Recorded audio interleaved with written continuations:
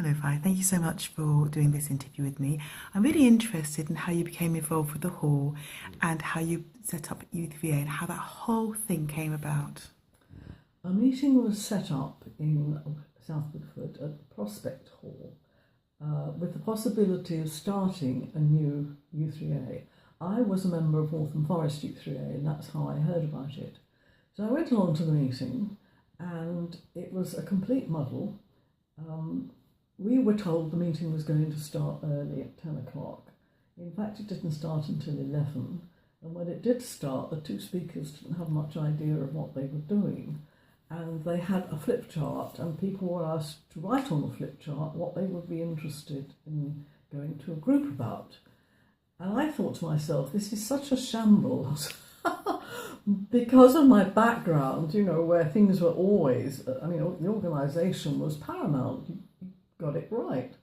So at the end, anybody interested could stay behind, and there were a number of people, including me, arranged at Val's house actually. But I couldn't go. I already had a commitment on that day. But one of the members who was standing behind me said, "If you give me your email address, I will send you a report." So that happened, and I then sort of replied, and that member came round and talked to me and said that they were all, there were half a dozen of them who were willing to start this U3A. They needed a chair, a secretary and a treasurer. And this woman, who was Karen, she'd agreed to be the chair. Iris had agreed to be the secretary, but nobody would be the treasurer. So would I be the treasurer? So I said, well, let me come along to the next meeting and see. So I was handed a pack, which I read. Again, my background, you read, you prepare, you know what things are all about. And I went to the next meeting, and there were still just half a dozen people there, and two officers from the U3A. And they read out the Constitution, which we went through, and then they went. And really, it was the most unsuccessful meeting. It was completely overwhelmed by these two people. There was no bonding of the group who were going to take the responsibility on. And after they'd gone, we realised that in effect we bonded against them. Strange sort of business. So we agreed, and I said to them, look, we need to meet again, and the first thing we need to decide amongst ourselves is, do we want to do it? Let's not take on their assumption that we'll do it. Let us decide how we feel about it. So we had a meeting the next week, and we went round, and I forced this issue because I thought it was important for people to say, well, yes, I will have a go, or no, I don't want to. And it came down to, there were 6 of us who said they would have a go.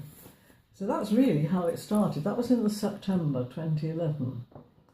So then we needed to focus, and there was no help at that point from central office, which I think is not the case now. I think there's a pack.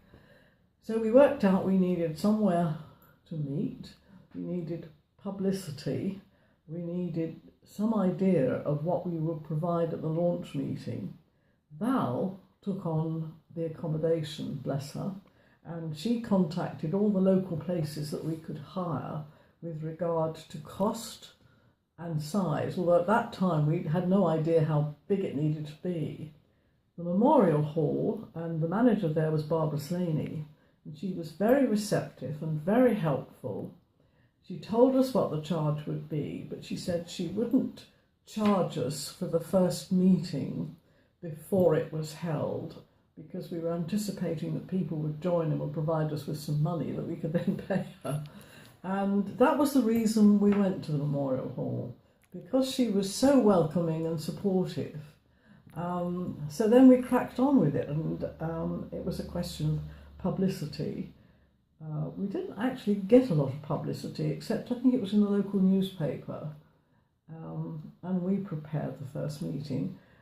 We knew various people who were interested, and we kind of persuaded them to start running a group, because really you need to have something to offer. You can't just say, will you join, pay up and wait until we've got organised. So we were very organised.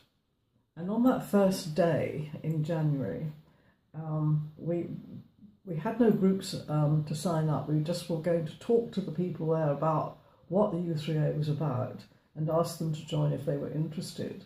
And then the following month we were going to have a speaker. So we had it was on the platform. We had tables at the front with our steering committee.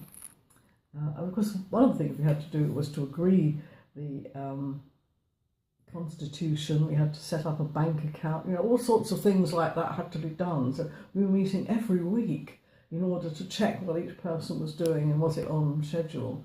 So at this meeting, sorry to wander about a bit, back to this launch meeting, 9:30, people were queuing up outside. The Memorial Hall. Yes. And we'd arranged it that we had the speakers at the front and then all the people. And at the back were going to be the signing up tables, 2 there, that's right. So there were 4 of us who were acting as cashiers, and I'd instructed them how to do it. You must look at the cheque and make sure it's signed and the amount and the date. And of course, we were giving them a membership card, so they were handing in their completed form and a cheque, and we were handing out the card. But before we got started, it was very evident. First of all, the hall was full with people sitting and people standing at the back.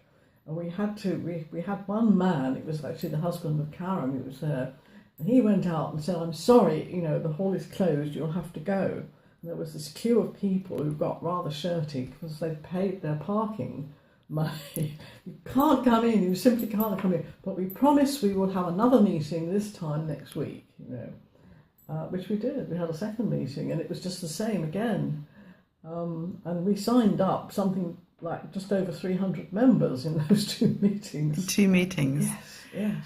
And so, my goodness me, that's quite an achievement. Yeah. So since then, you use the hall for the big meetings, don't you? Yes, we have one general meeting a month, where we have a speaker, and we have the ability to sign up for groups. You don't have to, you can sign up for a group online if you want to.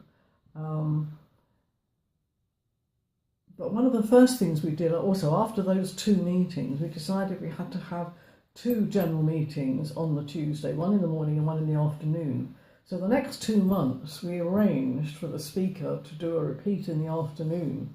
It was totally exhausting for the speakers and for us trying to manage all these crowds, and the tea and the biscuits and the money So after that we decided we would just have to stay with one and take pot luck.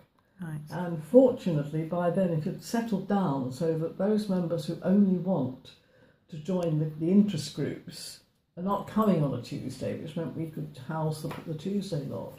Right, okay. So now you have the big meetings there, which I have actually seen and are normally full. Oh, absolutely, yes.